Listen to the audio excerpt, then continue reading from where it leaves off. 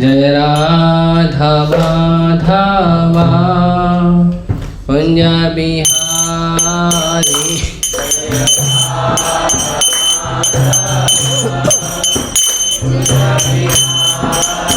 जय राधा माधवा कुंज बिहारी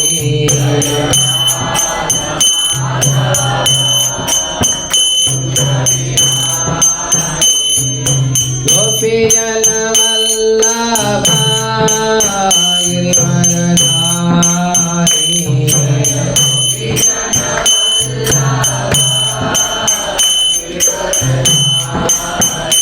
जय गोपीजन वल्लभा गिरिवरधारी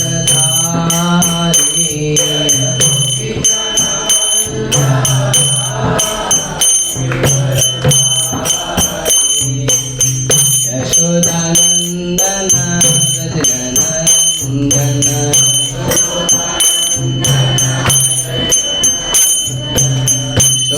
यशोदानंदन व्रजनंदन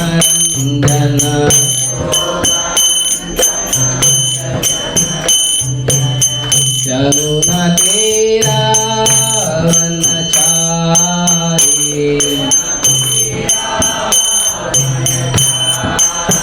यमुना तीरा वनचारी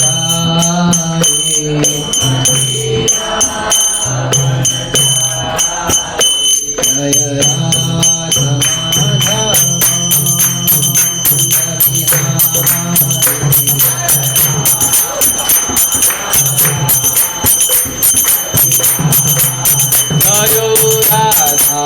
माधवा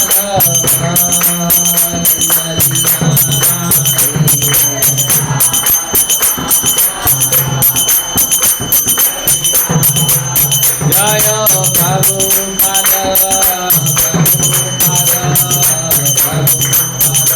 जय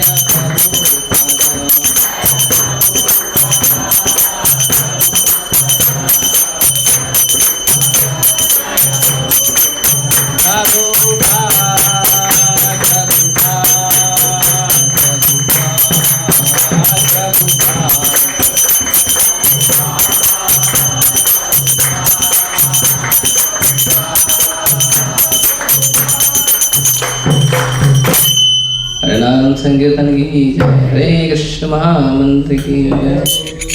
ओम नमो भगवते वासुदेवाय। ओम नमो भगवते वासुदेवाय। ओम नमो भगवते वासुदेवाय। ओम ज्ञानतिमिरन्धस्य ज्ञानाञ्जनशलाकया चक्षुरुन्मिलितं येन तस्मै श्रीगुरवे नमः। श्रीचैतन्यमनोभीष्टं स्थापितं येन भूतले स्वयं रूपः कदा मह्यं ददाति स्वपदान्तिकं। वन्देऽहं श्रीगुरो श्रीयुतापतिकं नमः श्रीगुरून् वैष्णवांश। श्रीरूपं सागरजातं सगणरूपान्वितं तं सजीवं साद्वैतं सावधूतं परिजनसहितं कृष्णचैतन्यदेवं श्रीराधाकृष्णपादान् सगणललिता श्रीविशाखान्वितांश। नमो विष्णुपादाय कृष्णपृष्ठाय भूतले श्रीमते भक्तिवेदांत स्वामिनीति नामिने। नमस्ते सारस्वते देवी गौरवाणी प्रचारिणे निर्विशेष शून्यवादी पाश्चात्यदेशतारिणे। नमो विष्णुपादाय कृष्णपृष्ठाय भूतले श्रीमते भक्तिसिद्धान्त सरस्वतीति नामिने। श्रीवार्षभानवी देवी दयिता कृपाब्धे कृष्णसम्बन्धविज्ञानदायिने प्रभवे नमः। माधुर्योज्ज्वल प्रेमाढ्य श्रीरूपभक्तिथा श्रीगौरकरुणाशक्ति विग्रहाय नमस्ते। नमस्ते गौरवाणी श्रीमूर्तये दीनतारिणे रूपानुगविरुद्धापसिद्धान्तहारिणे। नमो गौरकिशोराय साक्षात् वैराग्यमूर्तये विप्रलम्बरसाम्बोधे पादाम्बुजाय ते नमः। नमो भक्तिविनोदाय सच्चिदानन्दनाम्ने गौरशक्तिस्वरूपाय रूपानुगवराय ते। गौराविर्भावभूमि संनिर्दिष्टा सज्जन प्रिय वैष्णव सार्वभौम श्रीजगन्नाथाय ते नमः। वाञ्छाकल्पतरुभ्यश्च कृपासिन्धुभ्येव च पतितानां पावनेभ्यो वैष्णवेभ्यो नमो नमः। नमो महावदन्याय कृष्णप्रेमदाय ते कृष्णाय कृष्णचैतन्य नाम्ने गौरतुषे नमः। पञ्चतत्त्वात्मकं कृष्णं भक्तरूपस्वरूपकं भक्तावतारं भक्ताख्यं नमामि भक्तिशक्तिकं। हे कृष्ण करुणा सिन्धु दीनबन्धु जगत्पते गोपेश गोपिकाकान्त राधाकान्त नमस्तुते। जयतां सुरतरुर्पङ्गो मम मन्दमतिर्गति मत्सर्वस्य पादाम्भोजो राधामदनमोहनो। दिव्यद्वृन्दारण्यकल्पद्रुमादः श्रीमद्रत्नागार सिंहासनस्थो श्रीमद्राधाशीलगोविन्ददेवो प्रेष्ठालिविश्वमानुस्मरामि। श्रीमान् रासरसारम्भी वंशीवट्टटे स्थिता कर्षणवेणुसनैर्गोपी गोपीनाथाय श्रीयस्सुनः। तप्तकाञ्चन गौराङ्गी राधे वृन्दावनेश्वरी वृषभानुसुते देवी प्रणमामि हरिप्रिये। जय श्री कृष्ण चैतन्य प्रभु नित्यानंद श्री अद्वैत गिरिधर श्रीवासादि गौरभक्तवृंद। हरे कृष्णा कृष्णा कृष्णा हरे हरे हरे राम राम राम हरे।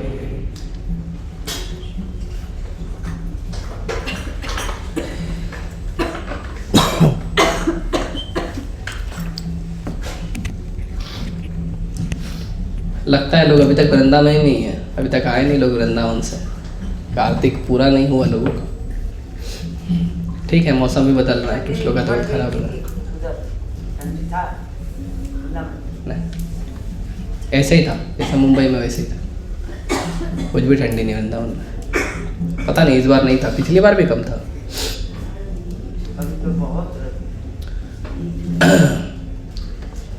तो दो प्रकार के भक्त होते हैं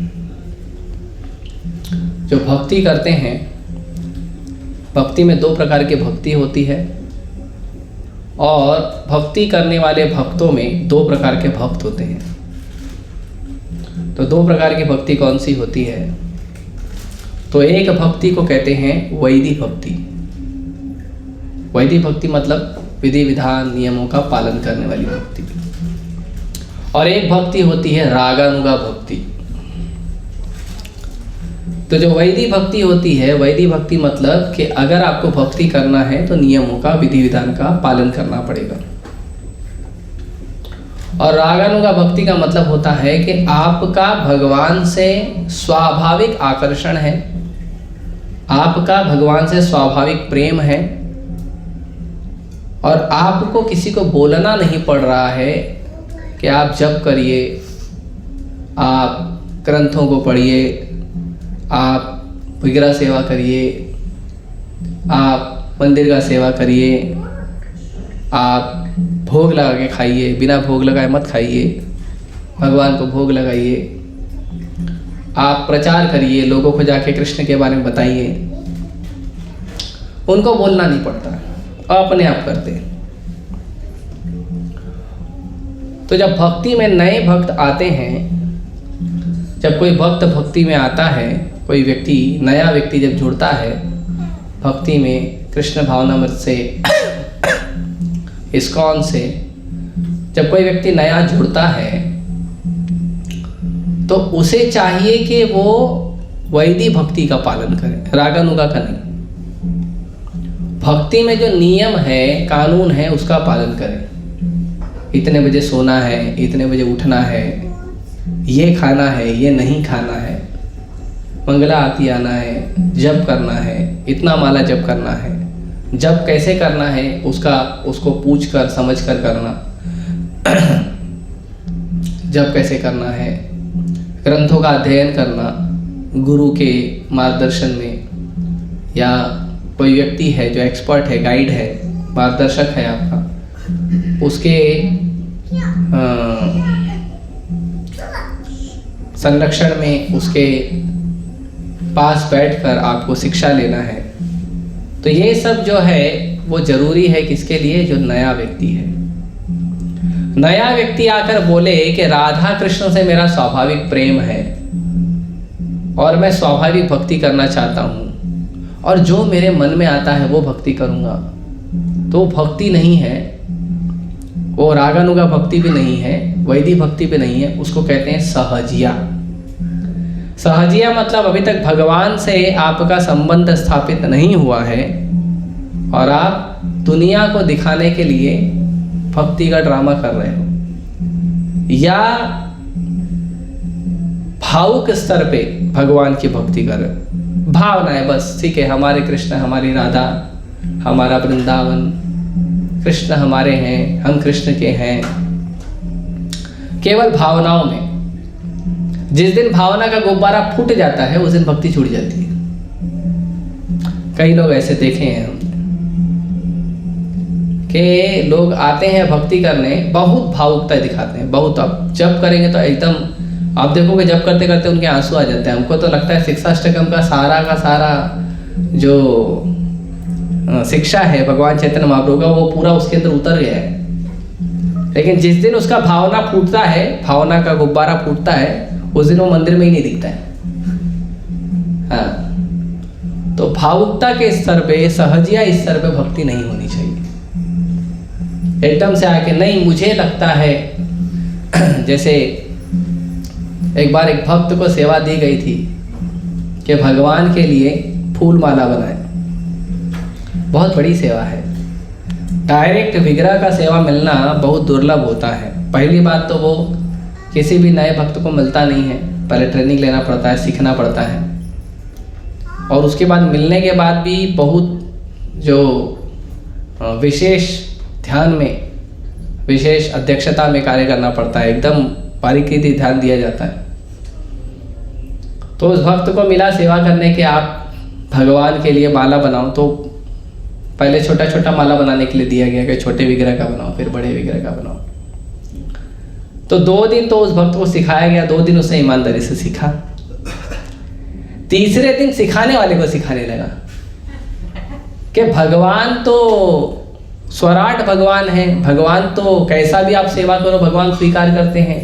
आप मेरे को क्या सिखा रहे हो, ऐसे मत करो, वैसे करो, वैसे मत करो, ऐसे करो।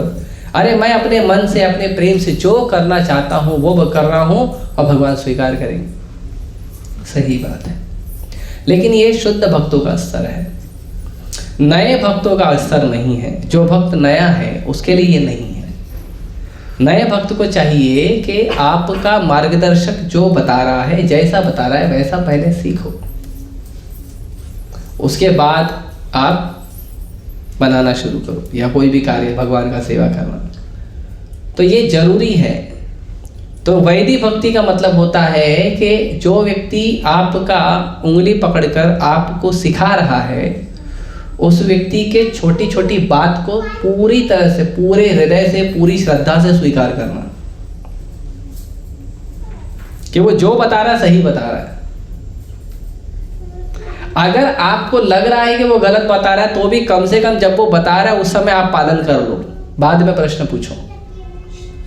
ये नहीं कि वो बता रहा है और आपको लग रहा है गलत है तो तुरंत उसको चैलेंज कर दोगे, वो भी गलत है। सीखने वाले व्यक्ति को अधीर नहीं होना चाहिए, धीर होना चाहिए। तो वैदिक भक्ति जरूरी है हर नए व्यक्ति के लिए कि जो उसको उसको मार्गदर्शन देने वाला भक्त जो बता रहा है, जैसा बता रहा है, जितना बता रहा है उतना ही करे।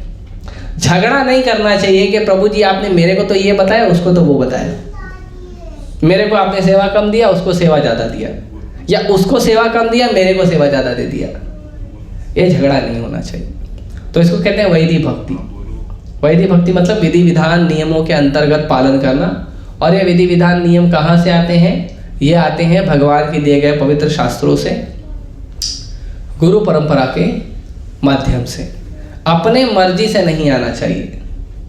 अपने मर्जी से कोई बोल रहा है ये मंत्र जप करो और आपको भगवान मिल जाएंगे, तो वो शास्त्र प्रामाणिक होना चाहिए, गुरु परंपरा प्रामाणिक होना चाहिए, प्रामाणिक गुरु द्वारा दिया गया रहना चाहिए। जैसे हम देखते हैं आज के समय में बहुत सारे लोगों को कहा जाता है ये मंत्र जप करो, कोई बोलता है ये मंत्र जप करो, कोई बोलता है वो मंत्र जप करो, अलग अलग मंत्र जप करने के लिए कहा जाता है। लेकिन व्यासदेव जी ने कहा है कलयुग के लिए केवल एक ही मंत्र है। क्या है? हरे कृष्णा कृष्णा कृष्णा हरे हरे, हरे राम राम राम हरे। क्योंकि ये मंत्र नहीं है, ये है महामंत्र। क्योंकि कलयुग के लोग पतित हैं तो उनका मंत्र से काम नहीं होगा, उनके लिए महामंत्र लगेगा। कलयुग के पतित लोगों को प्रसाद से काम नहीं चलेगा, उनको महाप्रसाद लगेगा, है ना। तो हर चीज में महा लगाना पड़ता है कलयुग के लोगों के लिए। इसके लिए हम लोग हरिनाम संकीर्तन निकालते हैं, लेकिन कभी कभी महा हरिनाम संकीर्तन निकालते हैं बहुत बड़े स्तर पे। तो इस तरह से वैदिक भक्ति। और फिर जब भक्त भक्ति करते करते शुद्ध हो जाता है और स्वाभाविक रूप में भक्ति करने लगता है अपने आप, उसको बोलना नहीं पड़ेगा अलार्म लगा के उठो, वो अपने आप उठेगा, टाइम पे मंगला आरती करेगा। हमारे मंदिर में कुछ भक्त हैं, मंगला आरती के लिए लोग 4 बजे उठते हैं, जल्दी जल्दी नहाते हैं और चले जाते हैं मंगला आरती के लिए। लेकिन हम कुछ भक्तों को देखते हैं वो 1 बजे उठते हैं, 1:30 बजे उठते हैं, 2 बजे उठते हैं और सीधा पहले माला जप करते हैं। मंगल आरती के पहले उनका 16 माला हो जाता है, फिर मंगल आरती करते हैं, फिर 16 माला करते हैं, फिर बैठ के भागवतम पढ़ते हैं, भागवतम सुनते हैं। ये स्वाभाविक स्तर पे आ गए हैं, अब इनको बोलना नहीं पड़ता है। पूरे दुनिया में कहीं पे रहेंगे, मंदिर हो या ना हो, मंगल आरती उनका होता है, मंदिर हो या ना हो, गौर आरती उनका होता है। कोई नहीं है तो अकेले ताली बजा के करते हैं। ये रागम का स्तर है। क्या अपने आप स्वाभाविक भगवान के लिए सेवा करना, प्रेम करना। और कोई सेवा है ना, उनको बोलना नहीं पड़ेगा, वो अपने आप आके सेवा करेगा। तो ये रागानुगा स्तर है। और जो रागानुगा स्तर होता है वो प्रायः शुद्ध भक्तों का होता है। कोई भी व्यक्ति अपने तरफ से भाव नहीं दिखाना चाहिए, सबको फॉलो करना चाहिए। उसमें जब कोई भक्त बन जाता है तो भक्त 2 प्रकार के होते हैं। एक भक्त होता है गोष्ठ्यानंदी और एक होता है भजनानंदी। भजनानंदी मतलब मैं भगवान का भक्ति करना चाहता हूँ, मैं भगवान का भजन करना चाहता हूँ, मैं भगवान का सेवा करना चाहता हूँ, मैं भगवान का प्रचार करना चाहता हूँ और मैं शुद्ध होना चाहता हूँ और मैं भगवान के धाम जाना चाहता हूँ। इसमें क्या है? मैं वो भी अच्छा है, खराब नहीं है, कम से कम खुद का तो उद्धार कर लो। गोष्ठ्यानंदी क्या करता है? गोष्ठ्यानंदी कहता है कि जो सुंदर मौका, अवसर मुझे प्राप्त हुआ है भगवान की कृपा से, गुरु की कृपा से, वैष्णव आचार्यों के आशीर्वाद से जो मुझे प्राप्त हुआ है, ये मैं दूसरों को भी देना चाहता हूँ। मैं हरे कृष्ण मंत्र जप कर रहा हूँ, मैं दूसरों को भी कराना चाहता हूँ। मैं ग्रंथों को पढ़ रहा हूँ, दूसरों को भी पढ़ाना चाहता हूँ। मैं भक्ति के इतने अच्छे अवसर को प्राप्त किया हूँ, ये सुंदर अवसर मैं सबको देना चाहता हूँ। ये गोष्ठ्यानंदी होते हैं। तो भजनानंदी आपको अक्सर मिल जाएंगे। बहुत सारे लोग देखो धाम वाम चले जाते हैं, धाम वास करते हैं, धाम में वास करेंगे, धाम में ही रहेंगे, वहाँ भजन करेंगे, भगवान के दर्शन करेंगे, प्रसाद खाएंगे और बढ़िया आनंद में रहते हैं, अपने आनंद में बढ़िया भजन करते हैं। 16 माला नहीं, 16 माला के कितना गुना होता है उनको ही पता रहता है। कोई 32 करता है, कोई 64 करता है, कोई 126 करता है, अलग अलग बहुत माला करते जब। तो ये सब भजनानंदी आपको बहुत लोग मिल जाएंगे, लेकिन जो भक्त होता है गोष्ठ्यानंदी वो ज़्यादा महत्वपूर्ण होता है।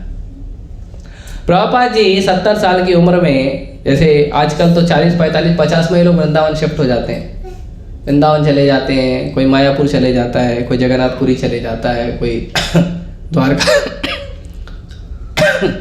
द्वारकापुरी, बद्रिकाश्रम, बनारस, बहुत सारे अलग अलग धाम है। भारत तो पूरा धामों से भरा हुआ, पंढरपुर।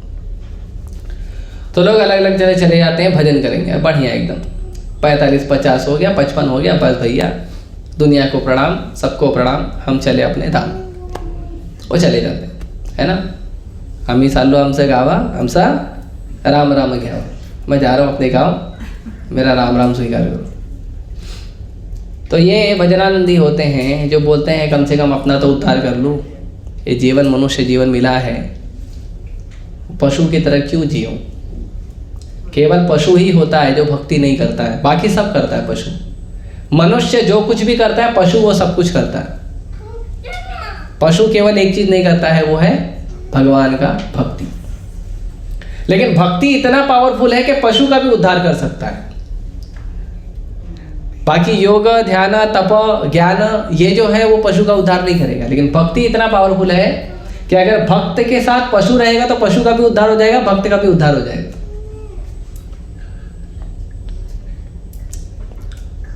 तो कई लोग सोचते हैं कि क्यों पशु का जीवन जीऊं, खाली खाना, सोना और घर गृहस्थी बनाना, बच्चे पैदा करना, ये सब क्या है, पशु भी करता है, मैं भी यही करूं, क्या फायदा। तो मैं क्या करता हूँ, मैं कुछ बड़ा करूँ।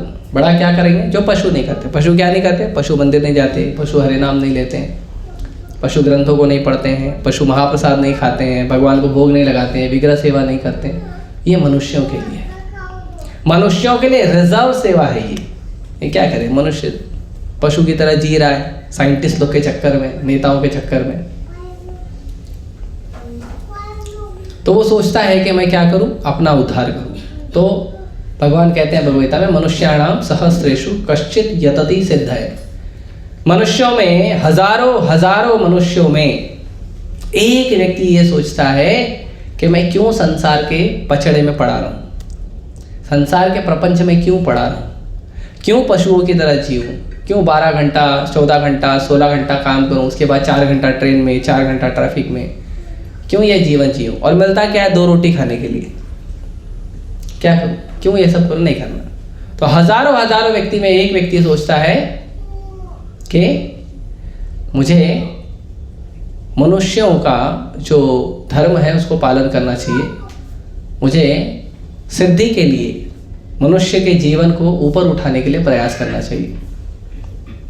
तो सिद्धि मतलब जन्म मृत्यु के चक्र से बाहर निकलना, अपने आप को आत्मा समझना, शरीर नहीं समझना, भगवान की सेवा करने का भाव रखना, ये सिद्धि का लेवल होता है। भगवान कहते हैं यतताम भी सिद्धानाम कश्चिन माम वेति तत्वतः, कि ऐसे लाखों करोड़ों सिद्धों में कोई एक विरला व्यक्ति होता है जो मुझे समझने का प्रयास करता है। कई सारे लोग चले जाते हैं, कोई ब्रह्मवादी हो जाता है, कोई मायावादी हो जाता है, कोई शून्यवादी हो जाता है। भक्ति में भी बहुत सारे प्रकार हैं। कोई शिव जी का भक्त हो जाता है, कोई दुर्गा का, कोई काली का, कोई इसका, कोई उसका, बहुत सारे अलग अलग लोग। कोई भगवान है ही नहीं, भगवान निराकार है और मैं बैठ के भजन करूँगा। क्या भजन क्या करेंगे, कुछ नहीं, बैठ के ऐसे शून्य बैठ के सोचते रहूँगा। ऐसे बहुत सारे अलग अलग प्रकार के हैं लोग, योग ध्यान के नाम पे ये सब करते हैं। तो ऐसे हजारों लाखों भक्तों में एक व्यक्ति सोचता है कि ये संसार का मालिक कौन है और वो मालिक का मैं सेवा करना चाहता हूँ। ये संसार का स्वामी कौन है, वो स्वामी का मैं सेवा करना चाहता हूँ, वो स्वामी का मैं नाम जप करना चाहता हूँ, और वो स्वामी तक मुझे कौन पहुंचाएगा, ऐसे गुरु को मैं ढूंढना चाहता हूँ। ऐसे लाखों भजन करने वालों में एक व्यक्ति सोचता है ऐसा कि कृष्ण परम भगवान हैं। एक व्यक्ति, भक्ति भजन करने वालों में भी लाखों लोग हैं, लेकिन उसमें कोई एक विरला व्यक्ति सोचता है कृष्ण परम भगवान है। और मैं कृष्ण का नाम जप करूँगा, कृष्ण का भक्ति करूँगा। तो भजनानंदी लोग धीरे धीरे आते हैं, लेकिन उससे सबसे अच्छा है गोष्ठ्यानंदी। गोष्ठ्यानंदी मतलब कि जो व्यक्ति खुद भी भजन करता है ध्यान से और वो सहयोग करता है, सहायता करता है संसार में फंसे हुए दुखी लोगों को दुख से बाहर निकाल के भगवान की भक्ति देने में। से प्रभुपाद एग्जाम्पल देते हैं कि सड़क पर मान लो रुपया गिरा है, मान लो 500 के नोट गिरी है ना। अभी वो जो नोट गिरा है 500 का, तो वहां से 3 प्रकार के व्यक्ति गुजर रहे हैं। आप बताइए तीनों में अच्छा कौन है? तो पहला व्यक्ति वो गया, उसने 500 का नोट देखा, लेफ्ट देखा, राइट देखा, पीछे देखा, मुड़ के सामने देखा, कोई नहीं है, उठाया, जेब में डाला, आगे चले गया। ये पहले प्रकार का व्यक्ति। दूसरे प्रकार का व्यक्ति है, वो आया, उसने नोट को देखा, उसने लेफ्ट राइट देखा, आगे पीछे देखा और बोला कोई दिख नहीं रहा है, लेकिन ये मेरा भी नहीं है, छोड़ दो, आगे चले गया। पहला उसने जेब में डाला, आगे चले गया। दूसरा लिया ही नहीं, चले गया, वो मेरा नहीं है, क्यों, अपना नहीं है तो क्यों लेना। तीसरा व्यक्ति जो है वो वहाँ पे खड़ा हुआ, उसने नोट उठाया और उसने आसपास जाकर लोगों को पूछने का प्रयास किया पैसा किसका है, और जिसका पैसा है उस व्यक्ति को जाकर दे दिया। ये तीनों में सही कौन है? लास्ट वाला। क्यों? क्योंकि जिसकी संपत्ति है उसको वापस दिया, न उसने भोगा न उसने त्यागा। पहले वाले ने भोग किया, पहला वाला क्या किया, पैसा लिया, जेब में डाला, जाके कुछ खाया होगा मेले वेले में, या अपने घर परिवार के लिए कुछ लेके गया होगा छोटा मोटा सामान। दूसरे वाले ने क्या किया, उसको त्याग दिया। तुम त्याग दिया तो दूसरा तो भोगेगा ना। तुम त्याग दिया, मेरे को नहीं चाहिए, मेरा नहीं है, मेरे को नहीं चाहिए। तीसरा वाला क्या किया, उसने पता किया ये संपत्ति किसकी है, उसको ले जाकर देना। तो संसार में भी 3 प्रकार के लोग होते हैं। एक होते हैं भगवान ने पूरी सृष्टि बनाई है, भगवान ने बहुत सुंदर पानी है, हवा है, वृक्ष है, फल है, फूल है, अनाज है, बहुत सारी चीजें दी है, वो सब कुछ भोगना चाहते हैं। ये भी लेंगे, वो भी लेंगे, इंडस्ट्रियलाइजेशन करेंगे, बड़े बड़े रोड बनाएंगे, रेलवे बनाएंगे, बहुत कुछ करेंगे और सब भोगेंगे। जो भगवान ने बनाया सब भोगेंगे, अनाज भी खाएंगे, मांस भी खाएंगे, सब गड़बड़ गड़बड़ काम करेंगे। हाँ, गेहूं का रोटी बना के खाएंगे, फिर गेहूं बच गया तो दारू बना के पी लेंगे। सब भोग वृत्ति है। और उनको पूछो अरे इतना भोग विलास क्यों करो, अरे तो मनुष्य जीवन मिला किस लिए, भोग करने के लिए। उनको यही उत्तर होता है, एंजॉय द लाइफ। तो भोगने के लिए, वो भोगने वाले लोग होते। दूसरे लोगों को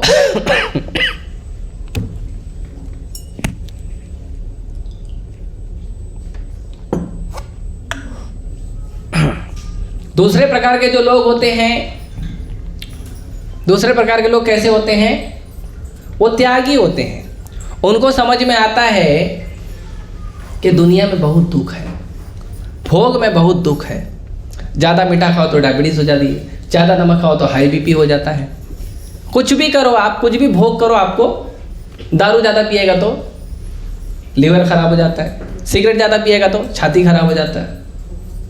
तो कोई भोग करो आप, जरूरत के अंदर करोगे, जितना उपयोग उतना करोगे तो नुकसान नहीं है। जरूरत से ज़्यादा करोगे तो आपको बीमारी पकड़ लेती है। तो भोग में दुख है, उसको समझ में आता है, तो वो क्या करता है, भोग नहीं करना है, दुनिया में रहना नहीं है, दुनिया छोड़ के जाना है। वो त्यागी बन के घूमते हैं, यहाँ वहाँ हिमालय पे घूमेंगे, इधर उधर घूमेंगे। लेकिन तीसरा व्यक्ति क्या करता है, वो संसार में रहता है, संसार की वस्तुओं को जितना उसको आवश्यकता उतना उपयोग करता है, भगवान की सेवा में लगा के। और वो इस बात को स्वीकार करता है कि ये दुनिया मेरी नहीं है, भगवान की है, भगवान ने बनाई है, भगवान के लिए यूज करना चाहिए। उसको कहते हैं भक्त। इसीलिए भक्त जो होता है, भोगी, त्यागी, ध्यानी, ज्ञानी, शून्यवादी, मायावादी, सबसे ऊपर होता है भक्त। क्यों? क्योंकि दुनिया के जो स्वामी हैं, भगवान हैं, उनका वो सेवा करता है। इसीलिए भक्त सबसे ज़्यादा महत्वपूर्ण है, और उसमें भी जो भक्त प्रचार करता है वो भक्त बहुत महत्वपूर्ण है। भगवान की भक्ति का प्रचार करता है, और भगवान खुद बोलते हैं कि जो व्यक्ति मेरी भक्ति का प्रचार करता है, मेरे ज्ञान का प्रचार करता है, ऐसे व्यक्ति से ज़्यादा अच्छा और प्रिय मुझे कोई नहीं है। ठीक है, प्रमाण देता हूँ। भगवत गीता में भगवान कहते हैं आखिरी अध्याय के 68 नंबर श्लोक में कहते हैं, यम इदम परम गुह्यम मद भक्तेषु विदास्यति भक्तिमयी पराकृत्वा मामे वैश्यस्य असंशय। भगवान कहते हैं जो व्यक्ति भक्तों को यह परम रहस्य बताता है वह शुद्ध भक्त को प्राप्त करेगा और अंत में मेरे पास आएगा। जो भी व्यक्ति भगवत गीता भागवतम का जो ज्ञान है वो दूसरे लोगों तक पहुंचाता है, वो व्यक्ति को भगवान क्या कहते हैं? वो व्यक्ति भक्ति प्राप्त करेगा और अंत में भगवान के पास पहुंचेगा। ठीक है, तो बोलेंगे ठीक है, तो भजन करने वाले भी पहुंचते हैं, तो प्रचार क्यों करें, अपना शांति से भजन करें घर में बैठ के। तो भगवान बोलते हैं नहीं, आगे का बताते हैं। तो उसके आगे भगवान 69 नंबर श्लोक में कहते हैं, इस संसार में न च तस्मान् मनुष्येषु कश्चिन् मे प्रियकृत्तमं भविता न च मे तस्मात् अन्य प्रियतरो भुवि। भगवान कहते हैं इस संसार में उसकी अपेक्षा कोई अन्य सेवक न तो मुझे अधिक प्रिय है और न कभी होगा। जो व्यक्ति कृष्ण भक्ति का प्रचार कर रहा है उस व्यक्ति को भगवान इतना प्रेम करते हैं कि भगवान बोलते हैं वो व्यक्ति जितना प्रिय मुझे कोई नहीं है और ना कोई होगा, कोई नहीं होगा। कोई भी व्यक्ति जो भक्ति का प्रचार करता है वो भगवान को बहुत प्रिय है। इसके लिए जितने भी आचार्य हुए हैं वो सारे आचार्य प्रचार में पूरा बुद्धि लगाए, प्रचार में मन लगाए, भगवान के संदेश का प्रचार करने में, भक्ति का प्रचार करने में। तो हर व्यक्ति को चाहिए कि वो खुद भी भक्ति करे, खुद भी भजन करे और दूसरों को भगवान का संदेश बताए। हमने कुछ समय पहले हम परम पूज्य गोपाल कृष्ण गोसाई महाराज से एक बार मिलने गए थे, तो महाराज ने बहुत अच्छा हमें संदेश बताया, भगवान का संदेश बताया और अच्छे से हमें समझाया, प्रेम दिया। और महाराज ने आखिरी में शब्द कहा कि पूरे दुनिया में इस्लाम का प्रचार करने के लिए बहुत सारी संस्थाएं हैं, ईसाई धर्म का, क्रिश्चियनिटी का प्रचार करने के लिए बहुत सारी संस्थाएं हैं, लेकिन सनातन धर्म का प्रचार करने के लिए केवल एक ही संस्था है, वो है इस्कॉन। और भी संस्थाएं प्रचार करती है, लेकिन जिस आधार पे शास्त्रों के बल पर जिस तरह से इस्कॉन प्रचार करता है वैसा कोई नहीं करता। इसीलिए आप देखो बहुत सारी संस्थाएं हैं जो प्रचार कर रही है पूरे दुनिया भर में, उन सब में पूरे दुनिया भर में प्रचार करने का जो श्रेय जाता है वो जाता है ऐसी भक्ति वेदांत स्वामी प्रभुपाद को। बहुत लोग गए प्रचार करने, लेकिन जिस तरह से प्रचार प्रभुपाद जी ने किया उस तरह से कोई नहीं कर पाया। तो प्रचार बहुत महत्वपूर्ण है। इसीलिए पुस्तक वितरण जो है प्रभुपाद जी कहते हैं, और प्रचार में भी जो पुस्तक वितरण है वो सबसे अच्छा माध्यम है प्रचार करने का। पुस्तक वितरण सबसे अच्छा माध्यम है प्रचार करने का।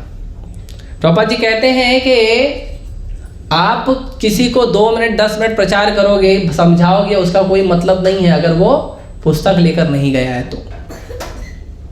लेकिन अगर वो पुस्तक लेके गया है तो उसका पूरा जीवन बदल जाएगा। ग्रंथ लेके गया है तो उसका जीवन बदल जाएगा। अब कई बार लोग ये कहते हैं कि हम लोगों को ग्रंथ देते हैं, गीता देते हैं, भागवत देते हैं, लेकिन लोग बोलते हैं हमारे घर में पहले से, वो लेते ही नहीं। और कई लोग को देते हैं वो बोलते हैं हम पढ़ेंगे ही नहीं। कई लोग को देते हैं वो बोलते हैं गीता रखने से घर में महाभारत होता है। क्या क्या इल्यूजन है, कितना बड़ा भ्रम है। मुझे जब कोई पूछता है गीता रखने से घर में महाभारत होता है, तो मैं उसको दूसरा प्रश्न पूछता हूँ, अच्छा जो गीता नहीं पढ़ता नहीं रखता उसके घर में नहीं होता है? हाँ, और नास्तिक लोग तो गीता रखते नहीं ना घर में, उनके घर में झगड़ा नहीं होता? हाँ, सबके घर में होता है, क्योंकि ये कलयुग का लक्षण है कि आप झगड़ालू बनोगे, लेकिन गीता पढ़ोगे तो साधु बनोगे, अच्छे व्यक्ति बनोगे। गीता नहीं पढ़ोगे तो झगड़ा करोगे, गीता पढ़ोगे तो झगड़ा नहीं करोगे, महाभारत पढ़ोगे तो झगड़ा नहीं करोगे, नहीं पढ़ोगे तो पक्का झगड़ा करोगे, क्योंकि बुद्धि नहीं है ना, बुद्धि नहीं है कलयुग के लोगों में। कलयुग के लोगों के लिए स्पेशली इतिहास और पुराण की रचना की गई, और उसमें भी स्पेशली महाभारत रामायण की रचना की गई, भागवत पुराण की रचना की गई, गीता की रचना की गई। ये स्पेशली कलयुग के जीवों के लिए। तो इसीलिए भगवत गीता जो है हमें हर व्यक्ति को प्रचार करना चाहिए, हर व्यक्ति को जितना हो सके भगवत गीता का प्रचार करना चाहिए। और ये शास्त्रों में क्या है, भगवत गीता में क्या है, भागवतम में क्या है? भगवान की वाणी। शास्त्रों का मतलब नहीं है कि किसी को कुछ आया ऐसे मन में सोचा और उसने लिख दिया। जैसे आप लोग स्कूल में कॉलेज में पढ़ते रहेंगे कि ये वैज्ञानिक ने ये थ्योरी लिखा है, ये वैज्ञानिक ने ये थ्योरी लिखा है। तो थ्योरी जो होती है वो स्पेकुलेशन होता है, उसको क्या समझ में आया उसने लिख दिया, उसका मनोकल्पना होता है। जितने भी वैज्ञानिकों ने जो कुछ भी लिखा है उनमें ज़्यादातर मनोकल्पना है। उसमें एक वैज्ञानिक हुए जिनको लोग बहुत महान बताते हैं, डार्विन, जो कहते हैं कि मनुष्य जो है बंदर से आया है। प्रभुपाद जी को एक बार एक व्यक्ति ने कहा कि डार्विन के बारे में आपका क्या विचार है? तो प्रभुपाद जी ने कहा डार्विन के पिताजी बंदर है, मेरे पिताजी कृष्ण है। वही कह रहा है ना, मेरे पिताजी बंदर है ना। तो उन्होंने अपने मित्र को लेटर लिखा था, उसमें वो स्वीकार करते हैं कि मैंने आज तक के जितनी भी वैज्ञानिक शोध की है ये सब मनोकल्पना के आधार पर किया, इसमें कुछ भी सच्चाई नहीं है। और आजकल के लोग पुस्तक में छाप दिए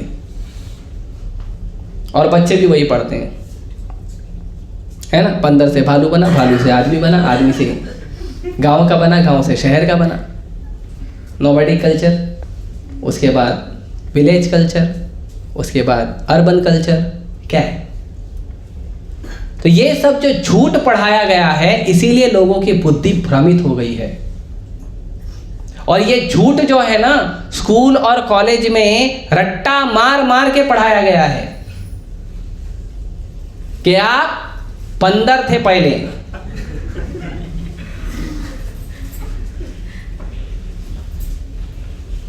आपके पूर्वज बंदर थे। किसी को पूछो आपके दादाजी बंदर थे क्या, गुस्सा हो जाएगा, हाँ होएगा ना।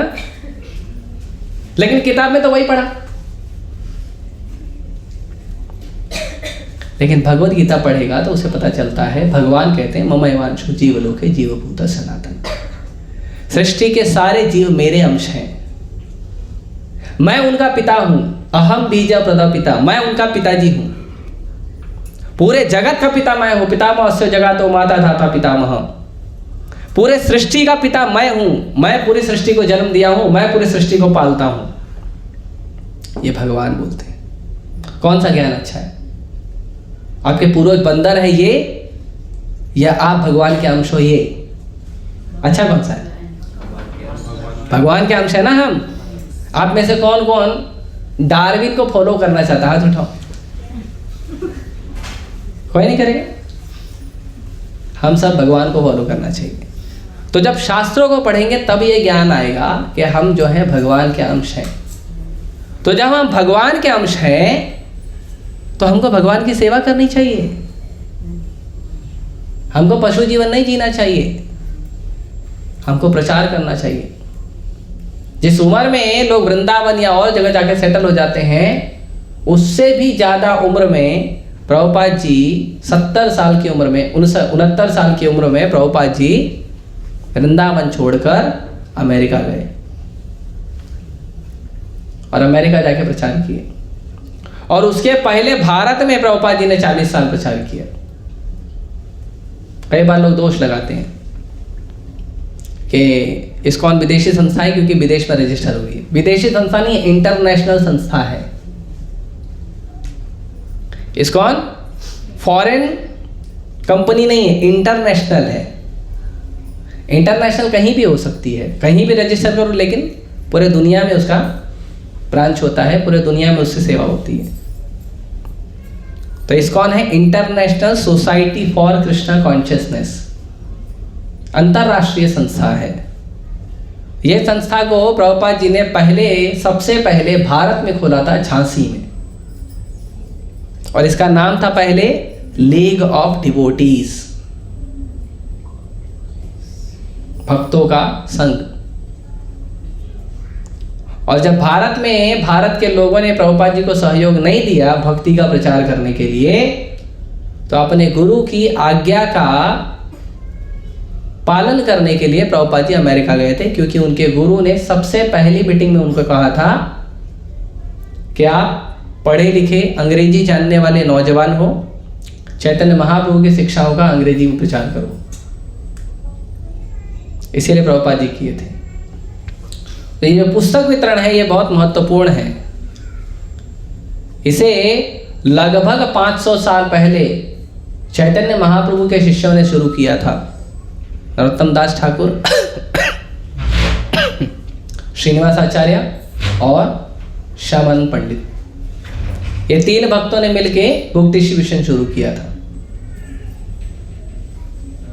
और तब बुक डिस्ट्रीब्यूशन के लिए छपाई का मशीन नहीं था, तो ये लोगों ने ये जीव गोस्वामी के मार्गदर्शन में पढ़ाई किए थे, शिक्षा प्राप्त किए थे। और जीव गोस्वामी के मार्गदर्शन में शिक्षा प्राप्त करके जीव गोस्वामी और जितने भी आचार्य हैं उनके द्वारा लिखित ग्रंथों को लेकर एक बैलगाड़ी में डालकर उसको लेकर चले गए थे प्रचार करने के लिए। अच्छा, किसी को एक बुक देना है तो क्या करना पड़ेगा? तो छपाई तो है नहीं, तो एक बुक देना है तो उसको बैठ के लिखना पड़ेगा, लिख कर उसको फिर देना पड़ेगा, ये लो तुम्हारा कॉपी। तो भक्ति विनोद ठाकुर जब चैतन्य चरितामृत ढूंढने गए थे तो भक्ति विनोद ठाकुर ने वही किया था। जो चैतन्य चरितामृत थी वहां पे बैठ के उन्होंने पूरा चैतन्य चरितामृत लिखा और उसके बाद लेके आए। पहले ऐसा था, लेकिन फिर भी लोगों का उत्साह था ग्रंथों को पढ़ने में, शास्त्रों को पढ़ने में। हमारा उत्साह होता है न्यूज़पेपर पढ़ने में, मैगजीन पढ़ने में, नॉवेल पढ़ने में, स्टोरीज पढ़ने में। क्या मिलता है उससे? कुछ नहीं। आपका मन का विचार जिस जगह पे है थोड़ा बहुत उसको सुकून मिलता है, बस। बाद में फिर दूसरे दिन फिर पढ़ने की जरूरत है। लेकिन यदि आप ग्रंथ पढ़ेंगे तो आपका उद्धार होगा, आपको पता चलेगा आप कौन हो, आपको पता चलेगा भगवान कौन है, आपका और भगवान का क्या संबंध है, ये सब चीज पता चलेगा। ये सब चीज आपको न्यूज़पेपर, स्टोरीज, नॉवेल्स, मैगजीन से नहीं मिलेगा। और धड़ल्ले से बिकता है दिन रात, लेकिन उससे आपको ये ज्ञान नहीं मिलेगा, भगवत ज्ञान नहीं मिलेगा। भगवत ज्ञान आपको मिलेगा भगवत गीता से, भागवतम से, चैतन्य चरितामृत से, उससे मिलेगा, साधु से, भक्तों से। और उसके बाद ये पुस्तक वितरण इतना महत्वपूर्ण है कि भक्ति विनोद ठाकुर जो थे वो पुस्तक लिखते थे, ग्रंथों को लिखते थे। तो भक्ति विनोद ठाकुर जो हैं भक्ति विनोद ठाकुर मैजिस्ट्रेट थे, डिस्ट्रिक्ट मैजिस्ट्रेट, जज से। जो अंग्रेज की सरकार में किसी भारतीय को जो सबसे बड़ा पद दिया जाता था वो पद था डिस्ट्रिक्ट मैजिस्ट्रेट, और वो पद भक्ति विनोद ठाकुर को प्राप्त हुआ था। और भक्ति विनोद ठाकुर उतने दक्ष भी थे कि जो कोर्ट के मैटर को लोग महीनों महीनों चलाते थे, वो 1 या 2 घंटे के अंदर फैसला सुना के छोड़ देते थे, खींचते नहीं थे उसको, तारीख पे तारीख नहीं देते थे।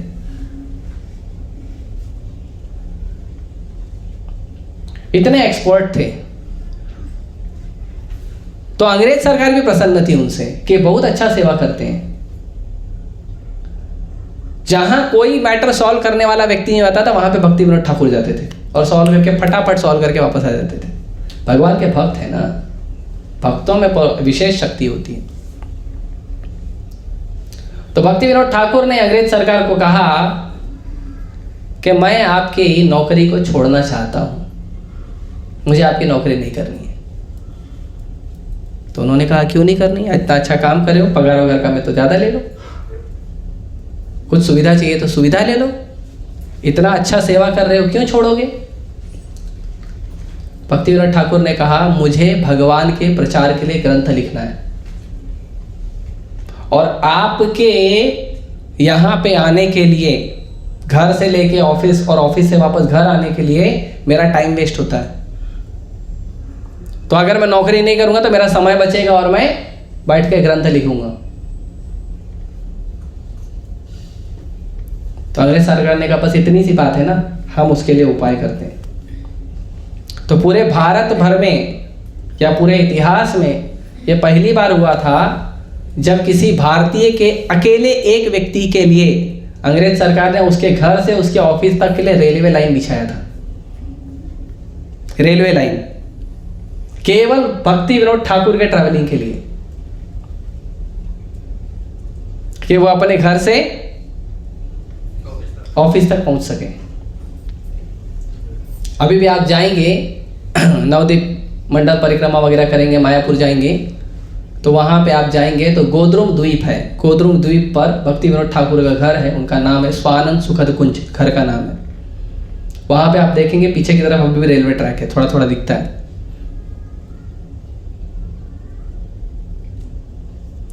भक्ति विनोद ठाकुर के लिए ट्रेन का अरेंजमेंट किया। भक्ति विनोद ठाकुर ट्रेन में बैठते ही नहीं थे, ट्रेन में सफर करते थे लेकिन बैठ के नहीं करते थे, खड़े होके करते थे। और सारे गांव वालों को बोलते थे कि ट्रेन में तुम भी बैठ सकते हो। और गांव के लोग ट्रेन में सफर करते थे और भक्ति विनोद ठाकुर ट्रेन में खड़े होकर बुक डिस्ट्रीब्यूशन करते थे, पुस्तकों को लिखते थे और वितरण करते थे, प्रचार करते थे। इतना महत्वपूर्ण है बुक डिस्ट्रीब्यूशन।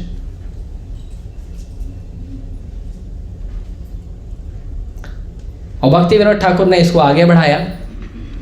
बाद में भक्ति सिद्धांत सरस्वती ठाकुर गोस्वामी महाराज, भक्ति विनोद ठाकुर के जी पुत्र और प्रभुपाद जी के गुरु भक्ति सिद्धांत सरस्वती ठाकुर महाराज, उन्होंने भी पुस्तक वितरण को, पुस्तक की छपाई को और पुस्तक वितरण को आगे बढ़ाया। तो वो 2 न्यूज़पेपर छापते थे, सज्जन तोषणी और नदिया प्रकाश। और उसमें वो क्या करते थे, श्रीमद् भगवत गीता, श्रीमद् भागवतम से, शास्त्रों से उसके अंदर न्यूज़ छापते थे, लेख लिखते थे और अपने शिष्यों को बोलते थे जाओ प्रचार करो। और कोई शिष्य 1-2 पुस्तक, 1-2 पेपर बांट के आता था ना, भक्ति सिद्धांत महाराज को गले लगाते थे। तो वेरी गुड, आपने एक जीव का रक्षा किया। और भक्ति सिद्धांत महाराज, जैसे हमारा टेम्पल हॉल देखा है आप लोग ने, आप लोग गए थे दर्शन करने राधा रास बिहारी का, देखा हमारा टेम्पल हॉल। तो हमारे टेम्पल हॉल में क्या है, राधा रास बिहारी है, लोग कीर्तन करते हैं, नाचते हैं, गाते हैं, राइट है ना, ये सब देखा।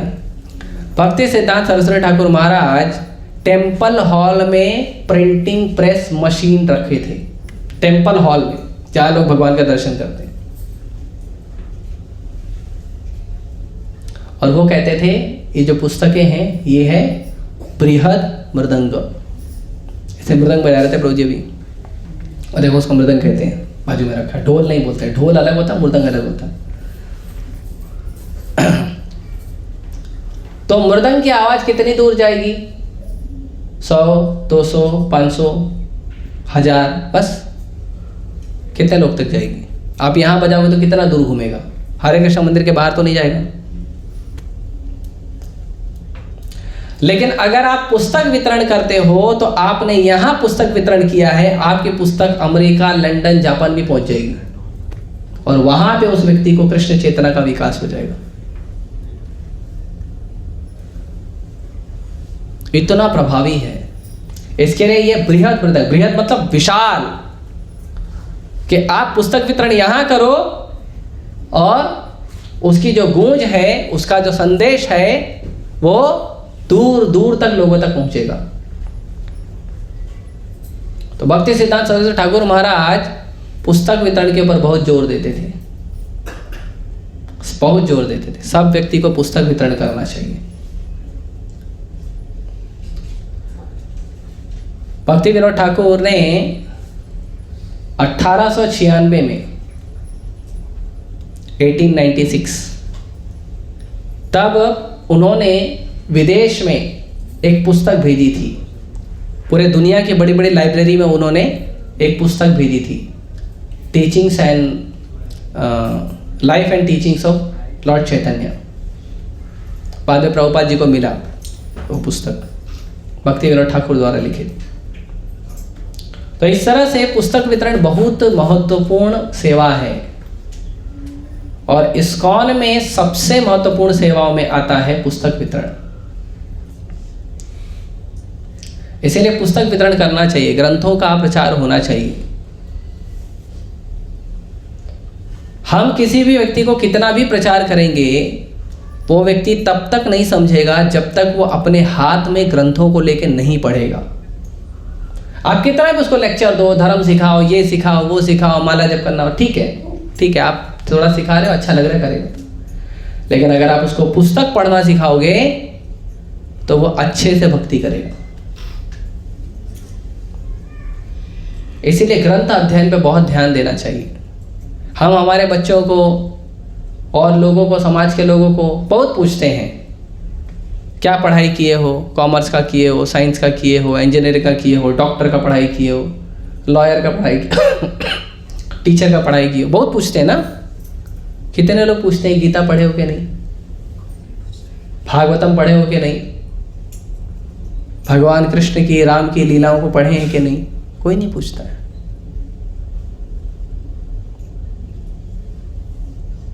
बाकी धर्मों में बचपन से पढ़ाया जाता है, उनके माता पिता बचपन से पढ़ाते हैं। तो 3 साल 4 साल की जब तोतली बोली बोलते हैं तब से उनको कुरान बाइबल पढ़ाया जाता है। और हम यहाँ 20 साल के बच्चे को भी बोलते हैं गीता पढ़ना, तो उसका माँ बाप आके बोलता है ये उम्र थोड़ी है पढ़ने की, तो तुम पढ़ो, तुम्हारी तो उम्र हो गई ना। नहीं, हम भी नहीं पढ़ेंगे, ना तुम पढ़ो ना बच्चा पढ़े, दोनों एकदम शास्त्र विहीन व्यक्ति बन के घूमोगे। और यही कारण है कि आज के समय लोग धर्म परायण नहीं है, कर्तव्य परायण नहीं है, संस्कार नहीं है। यही कारण है। शास्त्र पढ़ेगा तो संस्कार आएगा, शास्त्र पढ़ेगा तो धर्म परायण बनेगा, कर्तव्य परायण बनेगा। और शास्त्र नहीं पढ़ेगा तो यहाँ घूमते रहेगा, इसने कुछ बोला, उसने कुछ बोला, यहाँ पे एडवर्टीजमेंट देखा, वहां पे एडवर्टीजमेंट देखा, ऐसे भटकते रहेगा संसार में। और फिर पशुओं की तरह जीवन जी के, खा के पी के मर जाएगा एक दिन, फिर अगला जन्म पशु का। क्योंकि पशु का जीवन जिया तो भगवान क्या बोलेंगे कि मनुष्य का शरीर क्यों खराब किया, तुमको जीवन पशु का जीना था, लेकिन शरीर दिया मैंने मनुष्य का, तुमने मनुष्य के शरीर में पशु का जीवन जिया, तो बेटर है अगला जीवन तुम मनुष्य का मत लो, कोई पशु का ले लो। तो उसको अगला जीवन पशु का दिया जाता है। हाँ, जो भी व्यक्ति कृष्ण भक्ति नहीं करता उसको अगला जीवन पशु का मिलता है, गारंटी। और जो भक्ति करता है उसको अगला जीवन मनुष्य का मिलता है, गारंटी। क्योंकि ये जीवन आपको क्यों मिला है? भगवान की भक्ति करने के लिए, मनुष्य का जीवन। बाकी जीवन में आप बहुत कुछ कर सकते हो। एक व्यक्ति मुझे बोला कि ऐसा थोड़ी है, पशु लोग थोड़ी अमीर बन सकते, बड़ी बड़ी गाड़ी में घूमते। मेरे क्या बात कर रहा, कुत्ते को देखा मर्सिडीज में घूमते हुए, देखा कि नहीं आप लोगों ने? हाँ, कुत्ता बिल्ली भी घूमता है मर्सिडीज में, बड़े बड़े घर में रहता है, हैं? जितने भी आप लोग के फेवरेट स्पोर्ट्स स्टार और बॉलीवुड स्टार है ना, सबके घर में कुत्ता है। हाँ, उसने कौन सा कर्म किया था, मेहनत किया था, बहुत बड़े बड़े कंपनी में जाके बिजनेस धंधा खोला था, कुछ नहीं, राइट? लेकिन भक्ति नहीं कर सकता वो। भक्ति करने के लिए भगवान की शरण चाहिए, भक्ति करने के लिए गुरु का मार्गदर्शन चाहिए, भक्ति करने के लिए शास्त्र का अध्ययन चाहिए, भक्ति करने के लिए हरिनाम जप चाहिए। ये भक्ति है जो हर व्यक्ति नहीं कर सकता। बड़े से बड़ा, अमीर से अमीर व्यक्ति भी होगा, सुंदर से सुंदर व्यक्ति भी होगा, शक्तिशाली से शक्तिशाली व्यक्ति भी होगा, लेकिन यदि भगवान की, गुरु की कृपा नहीं है तो व्यक्ति संसार में पशु का जीवन भले जी लेगा लेकिन भक्ति नहीं कर पाएगा। ये बड़ी दुर्लभ चीज है, बड़ी दुर्लभ चीज है। और ये जो दुर्लभ अवसर है वो आप लोगों को देते हो पुस्तक वितरण के माध्यम से। प्रभुपाद जी भी लेख लिखते थे सज्जन तोषणी और नदिया प्रकाश में। भक्ति सिद्धांत महाराज ने एक बार भक्ति सिद्धांत महाराज के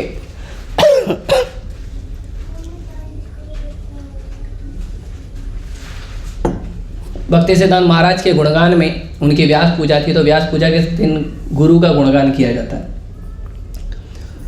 तो उनके गुणगान में प्रभुपाद जी ने लेख लिखा था, एक कविता लिखी थी। तो भक्ति सिद्धांत महाराज जब पढ़े तो बड़े प्रसन्न हुए और उन्होंने कहा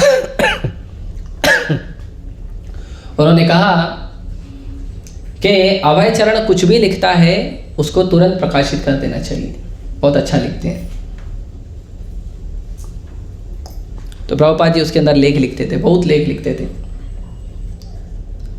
और बाद में प्रभुपाद जी को उनके गुरु महाराज एक बार मिले थे राधा कुंड पे, वृंदावन यात्रा हो रही थी, राधा कुंड पे मिले थे। तो वहाँ पे प्रभुपाद जी को उन्होंने कहा कि अगर आपके पास कभी पैसे आए, धन आया, तो आप पुस्तकें छापना और पुस्तक का प्रचार करना। ये दूसरा आदेश था। पहला आदेश अंग्रेजी भाषा में प्रचार करना, दूसरा आदेश अगर आपके पास कभी धन आए तो आप पुस्तक छापना और पुस्तक का प्रचार करना, ग्रंथों को छापना, ग्रंथों का प्रचार करना। ये दूसरा आदेश। प्रभुपाद जी ने दोनों आदेशों को हृदय से लगाया। गुरु मुख पद्म वाक्य चिते ते करिया ऐक्य। गुरु ने जो आदेश दिया उसको चित्त से, हृदय से लगा लेना चाहिए। प्रभुपाद जी ने ये दोनों आदेश का पालन करना शुरू किया। तो 1944 में प्रभुपाद जी ने भी एक न्यूज़पेपर निकाला, एक न्यूज़पेपर, और उस न्यूज़पेपर को प्रभुपाद जी खुद लिखते थे, फिर छपाने के लिए लेके जाते थे, फिर एडिटिंग करते थे, फिर वापस छपाते थे, फिर प्रूफ रीडिंग करके फाइनल करके खुद जाके उसको अलग अलग जगह पे खुद जाके उस पेपर का वितरण करते थे, बेचते थे, खुद करते थे। उसका नाम था back to Godhead magazine, back to Godhead newspaper. Prabhupada ji back to Godhead newspaper को खुद लिखते थे। और उस समय तो ये परिस्थिति थी कि जो ब्रिटिश सरकार थी उसने पेपर, समाज में पेपर बेचना बंद करवा दिया था। पेपर होता है ना, पेपर, साधारण पेपर जिस पे कुछ लिखा जाता है, छापा जाता है, वो बंद करवा दिया था। क्योंकि बहुत सारे क्रांतिकारी लोग बहुत कुछ लिखते थे अंग्रेजी सरकार के खिलाफ और बांट देते थे, लिख के पर्चा वर्चा लिख के बांट देते थे। तो उन्होंने पेपर ही बंद करवा दिया था। तो उनको लेटर लिखकर पेपर मांगना पड़ता था, लेटर लिखकर पेपर मांगना पड़ता था कि मुझे इस कार्य के लिए पेपर चाहिए, कृपया मुझे पेपर दीजिए। तो सरकार, जैसे वो स्टैम्प पेपर मिलता है ना, स्टैम्प पेपर, तो स्टैम्प पेपर कैसे मिलता है, कहाँ मिलता है, गवर्नमेंट की दुकान पे। वैसे उस समय सादा पेपर, सादा लिखने वाला पेपर जो है गवर्नमेंट की दुकान पे मिलता था, उनको लिखकर बताना पड़ता था, इसलिए चाहिए। और प्रभुपाद जी छापने के लिए, भगवान के शब्दों का प्रचार करने के लिए लिखकर उनसे पेपर मांगते थे और पेपर मांग के लिखकर प्रचार करते थे।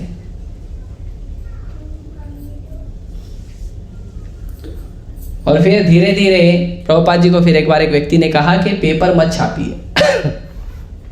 लोग पेपर पढ़ते हैं, पढ़ के फेंक देते हैं, है ना। प्रभुपाद जी को ऐसा मत करिए, आप मैगजीन छापिए। तो फिर उन्होंने पेपर को परिवर्तित किया बैक टू गॉडहेड मैगजीन के रूप में। आपको मिल जाएगा, बैक टू गॉडहेड मैगजीन मिलता है, ऑनलाइन भी मिल जाएगा। फिर उसके बाद प्रभुपाद जी ने शुरू किया भागवतम को लिखना, श्रीमद् भागवतम को। तो दिल्ली में और वृंदावन में राधा दामोदर मंदिर में और दिल्ली में छिप्पीवाड़ा नामक एक जगह है, वहाँ पे प्रभुपाद जी बैठ के भागवतम लिखते थे और भागवतम लिखते थे। फिर भागवतम लिखने के बाद उसकी छपाई के लिए अलग अलग जगह जाते थे, डोनेशन मिल जाए तो हम उसको छाप सकें। तो कहीं से कुछ पैसा मिलता था तो छापते थे और वितरण करते थे। फिर जो पैसा मिला उसको लेकर फिर उसे लिखते थे, छपाई करते थे, फिर वितरण करते थे। तो एक राधा प्रेस नाम का प्रेस था। तो वो बताते हैं, प्रभुपाद जी के शिष्यों को उन्होंने बताया बाद में कि आपके गुरु महाराज जब मेरे पास आते थे पेपर छापने के लिए, छपाई वगैरह कराने के लिए, ग्रंथों को लिखवाने के लिए, तो मैं आपके गुरु महाराज को पूछता था क्या आपने कुछ नाश्ता किया, कुछ खाया है? तो आपके गुरु महाराज उत्तर देते थे कि मेरे पास केवल इतने पैसे हैं, या तो मैं इस पेपर को आप तक पहुंचाऊं गाड़ी से, या तो मैं खाना खाऊं। तो मैं ग्रंथों को छापने के लिए ज़्यादा ध्यान देता था, कुछ खाता नहीं था। तो जो राधा प्रेस वाला है वो एवरी डे प्रभुपाद जी को पहले प्रसाद कराता था, फिर पेपर छापता था। वो अपने पैसे से कराता था, सन्यासी हैं तो उसके लिए कराता था। प्रभुपाद जी ने बहुत संघर्ष किया। दिल्ली की सड़क जो है, जैसे कुरुक्षेत्र है, कुरुक्षेत्र की भूमि है ना, वहाँ युद्ध हुआ था, पता है? कुरुक्षेत्र की भूमि पे युद्ध हुआ था, भगवद गीता वहीं सुनाई गई थी। लेकिन दिल्ली जो है वो प्रभुपाद जी का कुरुक्षेत्र है। प्रभुपाद जी ने वहाँ पे युद्ध किया था माया के खिलाफ, पुस्तक वितरण करने के लिए बहुत प्रचार करने का प्रयास किया। तो प्रभुपाद जी ने बहुत संघर्ष करके भागवतम को लिखा, भागवतम को लिखवाया। और उसके बाद फिर प्रभुपाद जी लोगों से निवेदन करते थे कि आप मुझे सहयोग करिए, मुझे विदेश जाना है और विदेश जाके मुझे प्रचार करना है। तो तब तक प्रभुपाद जी की उम्र है बहुत ज़्यादा हो गई थी, लगभग 65 के ऊपर हो गई थी। तो लोग मना करते थे, आप मत जाओ, आप वृंदावन में रहो, बढ़िया, क्या ज़रूरत है जाने की, भारत में रहो, भारत में प्रचार करो। जो माता जी ने प्रभुपाद जी के टिकट का पूरा अरेंजमेंट किया था, वो माता जी ने प्रभुपाद जी को बोला आप भारत में रह के प्रचार करो, जो आपको वस्तु लगती है, धन लगता है, मैं दूंगी। आप विदेश मत जाओ, वहाँ आप जाओगे तो मर जाओगे, क्योंकि अमेरिका में इतनी ठंडी है, आप नहीं सह पाओगे। प्रभुपाद जी ने कहा नहीं, मेरे गुरु का आज्ञा, मुझे पालन करना, मुझे जाना है। जिद करके गए। तो जब प्रभुपाद जी गए तो उनके पास क्या था पता है? उनके पास एक छतरी थी, कुछ 2 या 3 कपड़े थे, कुछ गर्म कपड़े उनको जहाज का जो कैप्टन है पंड्या उसने दिलाया था, और एक ट्रंक भर के श्रीमद् भागवतम था, और वो प्रभुपाद जी लेकर गए थे अमेरिका। और पैसे के नाम पे प्रभुपाद जी के पास इंडियन 40 रुपया था, इंडियन 40 रुपये, जो अमेरिका में चलेगा नहीं। प्रभुपाद जी वो लेके गए थे। फिर जब प्रभुपाद जी उतरे बॉस्टन हार्बर पे, तो उन्होंने कैप्टन पंड्या को बोला, देखो भाई मेरे पास पैसा नहीं है, फिर अमेरिका में कहीं थोड़ा बहुत सफ़र करूँगा, कोई टैक्सी वैक्सी लूँगा तो पैसा लगेगा ना। बोले तो प्रभुपाद जी ने ये नहीं कहा कि तुम मुझे थोड़ा पैसा दे दो। प्रभुपाद जी ने कहा तुम मेरा भागवतम का एक सेट खरीद लो तो मेरे पास कुछ पैसे आ जाएंगे। तो भागवतम फर्स्ट कैंटो प्रभुपाद जी ने छापा था 3 भाग में। तो कैप्टन पंड्या ने वो खरीदा, प्रभुपाद जी को पैसा दिया, फिर प्रभुपाद जी अपनी यात्रा को आगे बढ़ाए। इस तरह से प्रभुपाद जी ने पुस्तक वितरण पे बहुत जोर दिया। और फिर प्रभुपाद जी बहुत प्रसन्न होते थे जब कोई आकर कहता था कि हमने पुस्तक वितरण किया है, हमने इतना पुस्तक पाठ दिया है। प्रभुपाद जी कहते हैं कि आप जब आकर मुझे बताते हो, पुस्तक वितरण का जब आप स्कोर बताते हो जब आप पुस्तक वितरण का स्कोर आके मुझे बताते हो तो मुझे ऐसा लगता है मैं वापस से जवान हो गया हूँ। और ये मुझे सुनना बहुत अच्छा लगता है। और आज अगर भक्ति सिद्धांत महाराज, मेरे गुरु महाराज यहाँ होते तो ये उत्सव का, बहुत बड़े उत्सव का माहौल होता। लेकिन फिर भी उनका आशीर्वाद है जो हम इतना कर पा रहे हैं। तो पुस्तक वितरण के ऊपर बहुत जोर देते थे। प्रभुपाद जी के ग्रंथों को गीता प्रेस के जो ओनर हैं हनुमान प्रसाद पोद्दार दास जी, उन्होंने भी पढ़ा था और उन्होंने कहा था ये सबसे अच्छी टीका है भक्ति के लिए। और उन्होंने प्रभुपाद जी को पैसे दिए थे भागवतम के, श्रीमद् भागवतम को छापने के लिए। उन्होंने पैसे दिए थे, कुछ लगभग 5,000 रुपये कुछ दिए थे उस समय पे। तो पुस्तक वितरण करना हम सबकी बहुत बड़ी जिम्मेदारी है। और प्रभुपाद जी ने और प्रभुपाद जी के शिष्यों ने इतना बड़ा जो आंदोलन खड़ा किया है, हरे कृष्णा आंदोलन या इस्कॉन, इसका आधार है पुस्तक वितरण।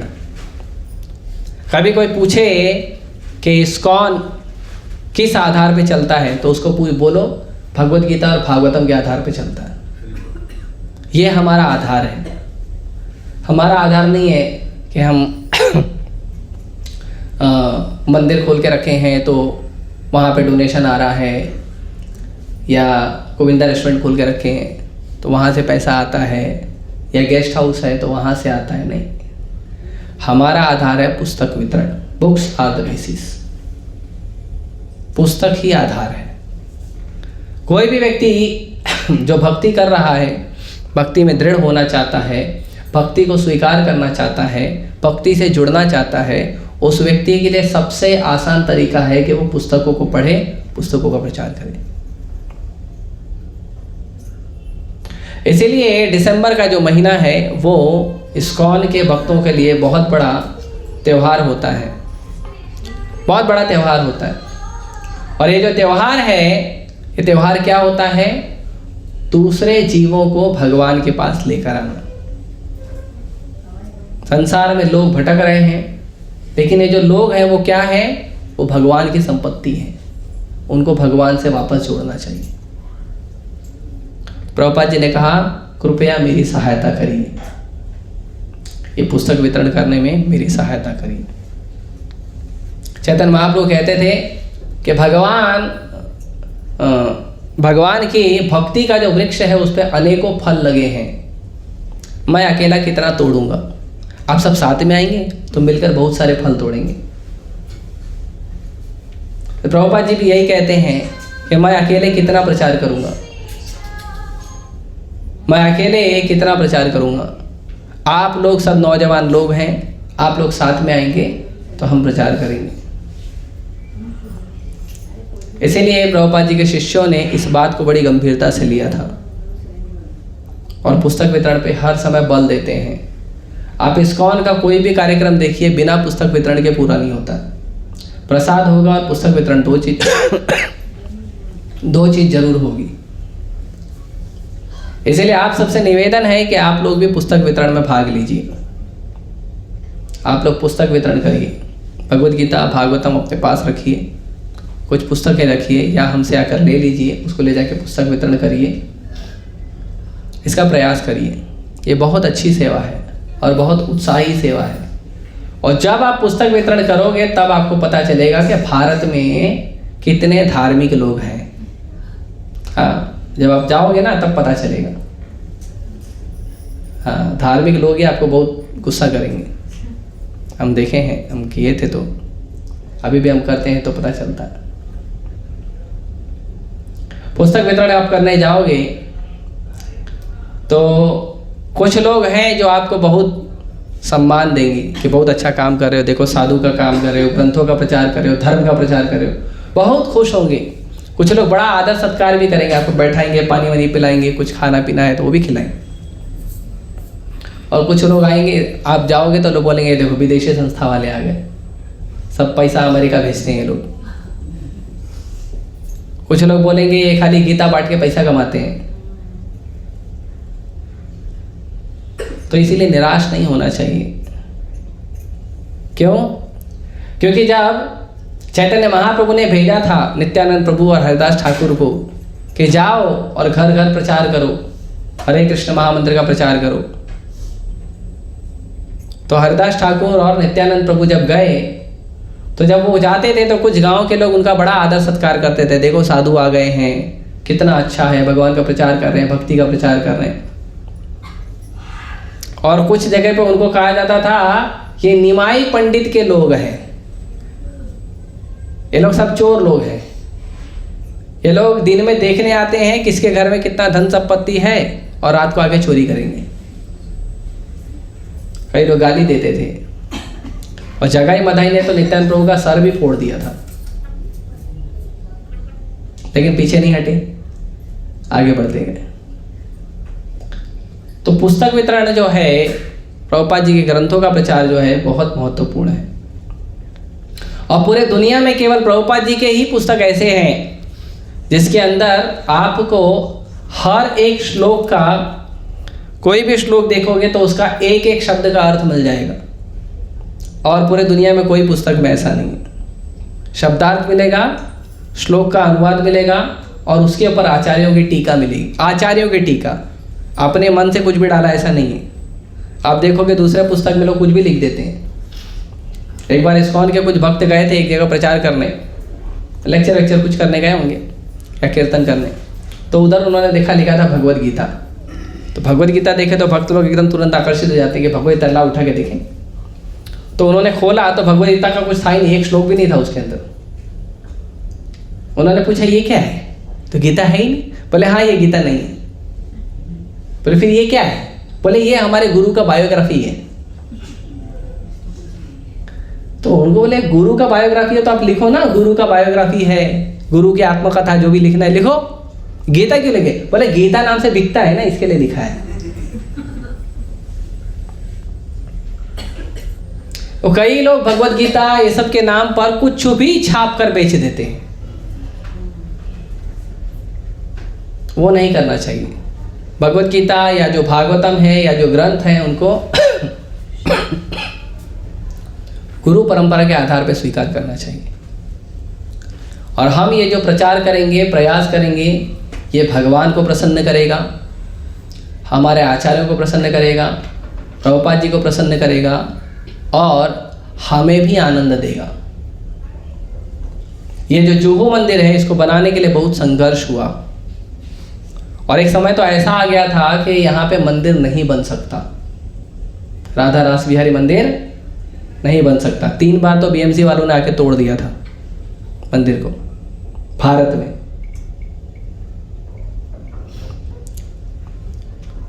तो प्रभुपाद जी ने कहा कि अगर मैं यहाँ मंदिर नहीं बना पाया तो मैं यहाँ पे बस स्टैंड बनाऊंगा, बस स्टैंड। और उन बसों में मैं ग्रंथों को भरकर भेजूंगा और हमारे भक्त जाकर पुस्तक वितरण करके आएंगे। अगर मंदिर नहीं बना कोई बात नहीं, हम ग्रंथों का प्रचार करेंगे। इसीलिए प्रभुपाद जी ने और एक शब्द कहा है कि हम लोग प्रयास करते हैं कि बहुत सारे मंदिर बने, लेकिन मंदिर बनाने से भी ज़्यादा महत्वपूर्ण है ग्रंथों का प्रचार करना, लोगों को भगवान से जोड़ने के लिए ग्रंथों का प्रचार करना।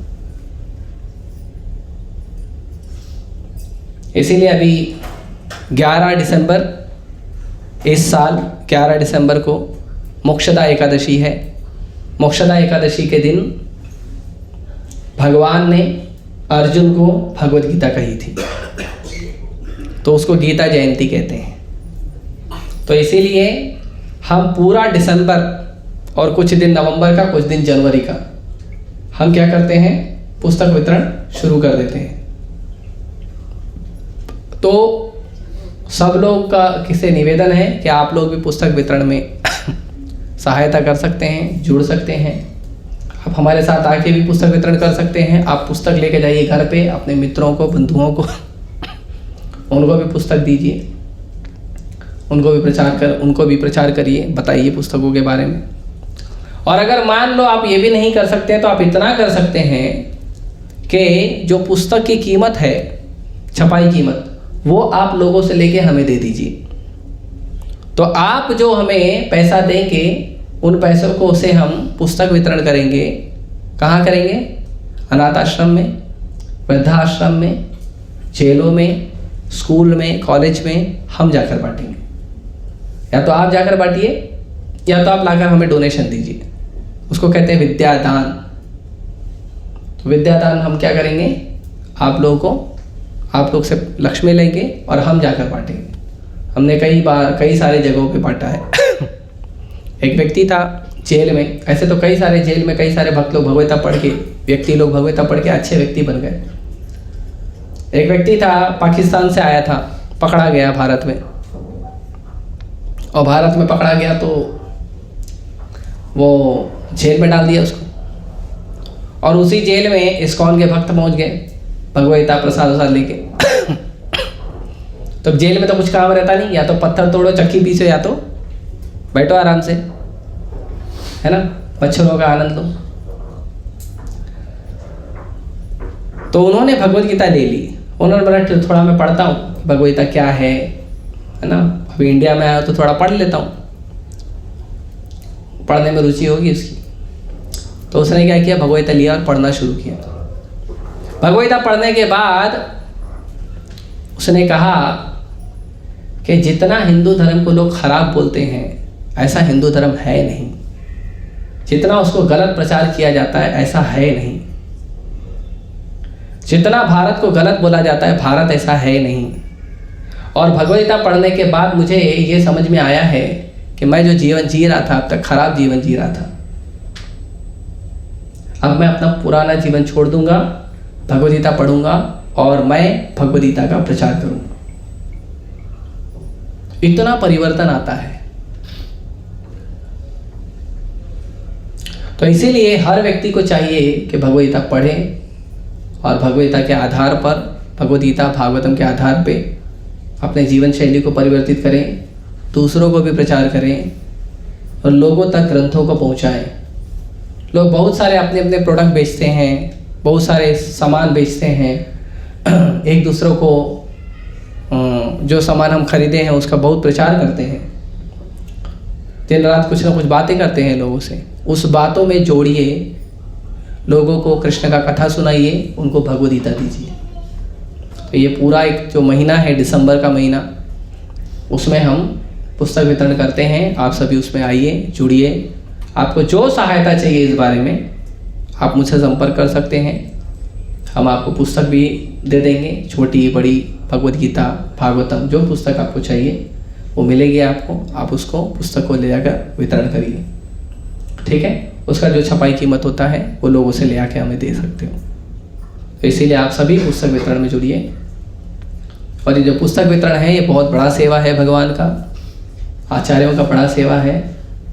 और हम डायरेक्ट तो भक्तों का सेवा नहीं कर सकते हैं, लेकिन कम से कम भक्तों की वाणी का प्रचार करेंगे तो वो भी बहुत बड़ा सेवा है। तो इसीलिए आप सबसे निवेदन है कि आप सब लोग पुस्तक वितरण में जुड़िए। और प्रभुपाद जी कहते हैं कि आप मेरी सहायता करिए, ठीक है। तो हम प्रभुपाद जी की तो नहीं, खुद की तो पहले सहायता कर लें, पुस्तक वितरण करके अपने आप को शुद्ध करें, ठीक है। प्रभुपाद जी तो हमको कृपा करने के लिए हमेशा तैयार है। और जो व्यक्ति पुस्तक वितरण करता है ना, प्रभुपाद जी उससे बहुत खुश होते हैं, बहुत खुश होते हैं। आपने कितना अच्छा बढ़िया सुंदर भक्ति किया है वो अच्छी बात है, लेकिन अगर आपने साथ में पुस्तक वितरण किया है तो प्रभुपाद जी बहुत प्रसन्न हो जाते हैं। बुक डिस्ट्रीब्यूशन प्रभुपाद जी को बहुत अच्छा लगता है, ठीक है। Hare Krishna. Srila Prabhupada translate book distribution की, श्रील प्रभुपाद की। किसी को कोई प्रश्न है ऑफलाइन या ऑनलाइन तो पूछ सकते हैं। इसको पढ़ने नहीं आता वो क्या करे?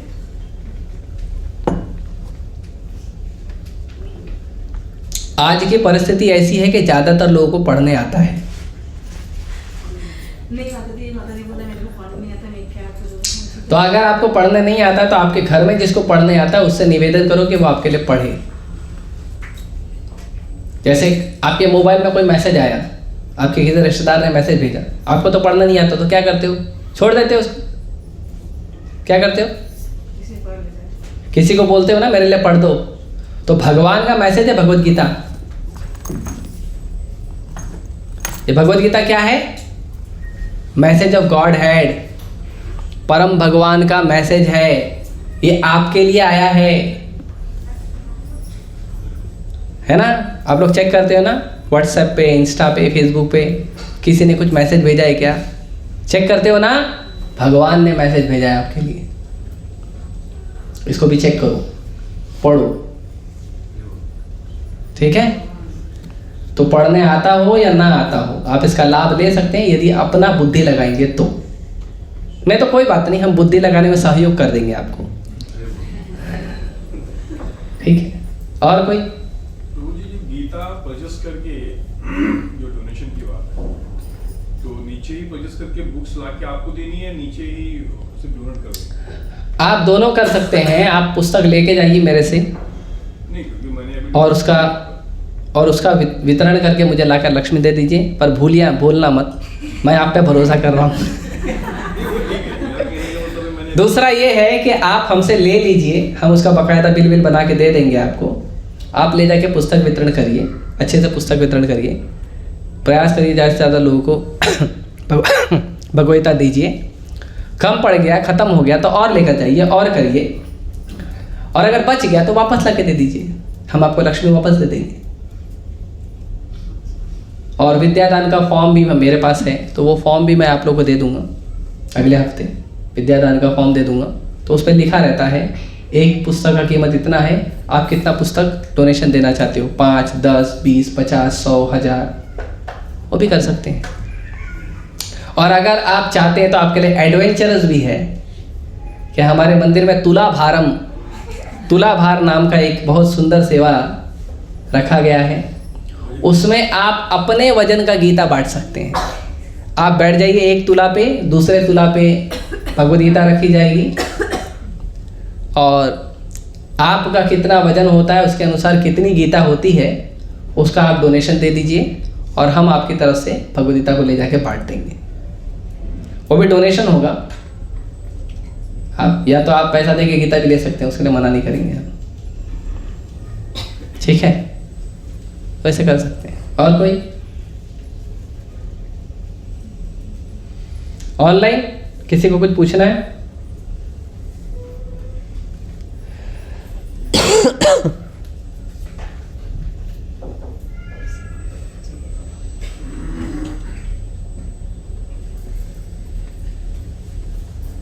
किसी भी मंदिर में जाओ, भगवान खड़े हैं। क्यों खड़े हैं, क्या कारण है?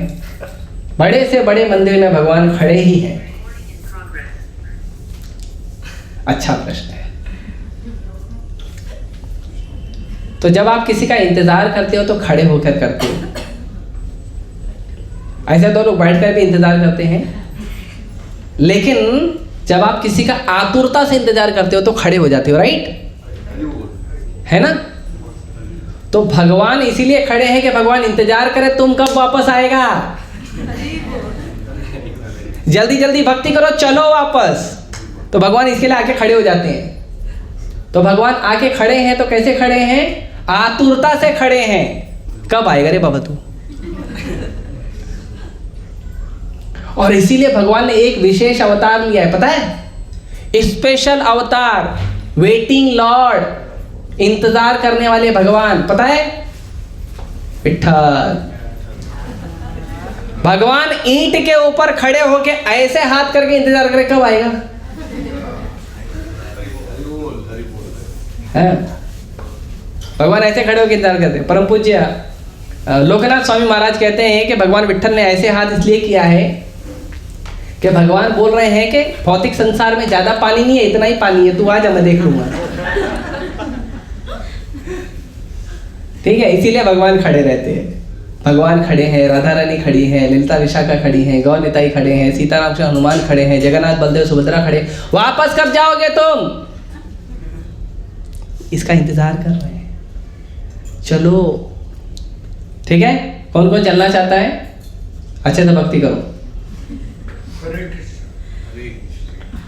हर देवी माँ के हाथ में शस्त्र है, कोई ना कोई शस्त्र है, बट राधा रानी के हाथ में कोई शस्त्र या अस्त्र नहीं है। क्या कारण है? तो हर देवी देवता शस्त्र और अस्त्र लेके खड़े हैं, क्योंकि वो उनको कुछ ना कुछ सेवा दिया गया है कि तुम इसकी रक्षा करो, तुम उसकी रक्षा करो, तो इसके लिए वो कोई ना कोई अस्त्र या शस्त्र लेके खड़े रहते हैं। लेकिन राधा रानी नेचुरली कृष्ण की सेवा करती है, स्वाभाविक कृष्ण की सेवा करती है।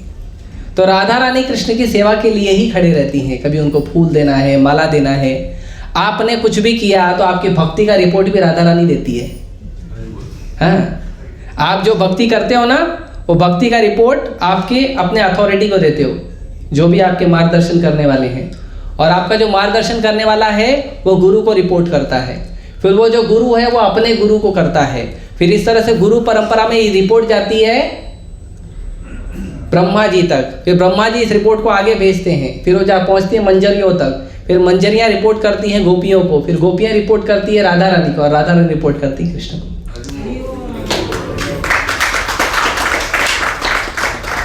तो आपकी भक्ति का भी रिपोर्टिंग जो है राधा, तो राधा रानी काम करती हैं, बहुत काम करती हैं, आपके लिए करती हैं। और राधा रानी जो है ना लादनी शक्ति है, ममतामयी शक्ति है, कृपा करने वाली है, दया करने वाली है, कृष्ण के चरणों में आपको ले जाने वाली है। तो अभी अपनी हथियार रखेगी तो कैसे जाओगे आप, डर जाओगे ना। तो इसके लिए अभी एक डंडा लिए थे तो यशोदा मैया तो भगवान डर गए, और राधा रानी पे डंडा लेके खड़े हुए तो हम जाएंगे कैसे, पहुंचेंगे नहीं ना, डर जाएंगे ना जब मम्मी के हाथ में डंडा है। राइट, इसके लिए कोई शस्त्र नहीं है।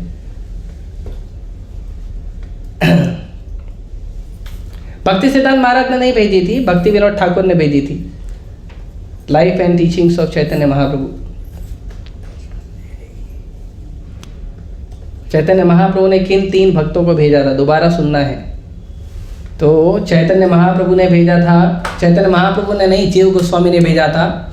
उनके 3 शिष्य हैं, नरोत्तम दास ठाकुर, श्रीनिवास आचार्य और श्यामानंद पंडित।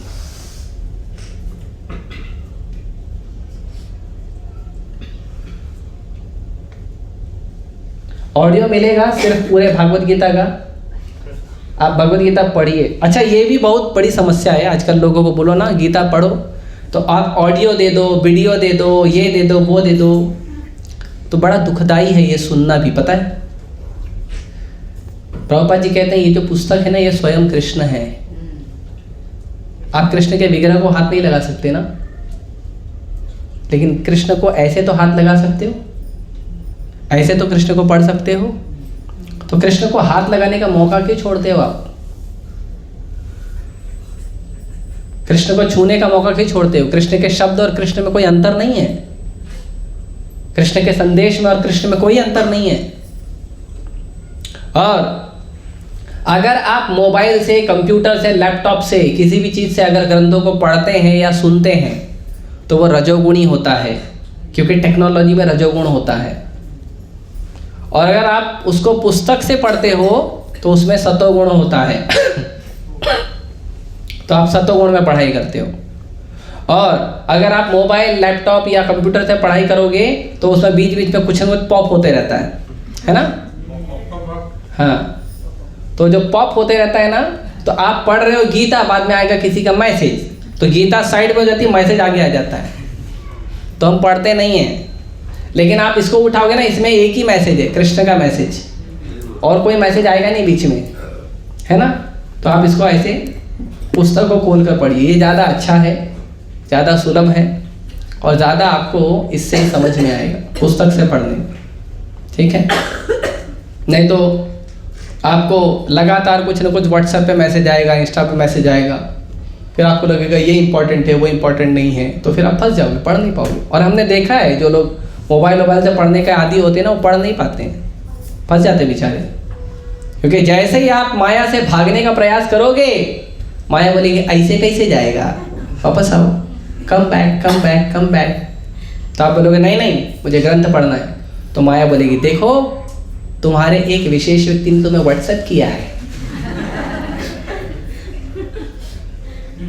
तुम्हारे इंस्टा पे तुम्हारे रील को लाइक किया है। आप खुश हो जाएगा, वाह मुझे लाइक मिला, शेयर मिला, कमेंट मिला, है ना। फिर क्या करोगे, भगवत गीता साइड में, और फिर इंस्टाग्राम खोलोगे, फिर 2 घंटा कब निकल गया पता नहीं, 2 घंटे बाद अरे तो गीता पढ़ रहा था। ठीक है, इसके लिए ऑडियो वीडियो ये सब चीज़ें हैं, उसको थोड़ा कम उपयोग करिए, पुस्तक को हाथ में लेके पढ़िए, ज़्यादा अच्छा होगा। ठीक है, ओके। यहाँ कोई क्वेश्चन? लास्ट क्वेश्चन मैं खत्म कर रहा हूँ। चैट में क्वेश्चन है। हाँ, चैट में अभी आए क्या? 14 साल के वनवास में माता सीता ने एक ही साड़ी पहनी थी 14 साल तक। कैसे पहले? वो साड़ी कभी मैली नहीं हुई और नहीं फटी। क्या था उस साड़ी में ऐसा? जो साड़ी अनुसुईया माता ने सीता माता को गिफ्ट में दी थी। देखो, सबसे पहले तो मैं आपको कहूँ कि साड़ी वाला जो प्रश्न है ब्रह्मचारी से मत पूछो।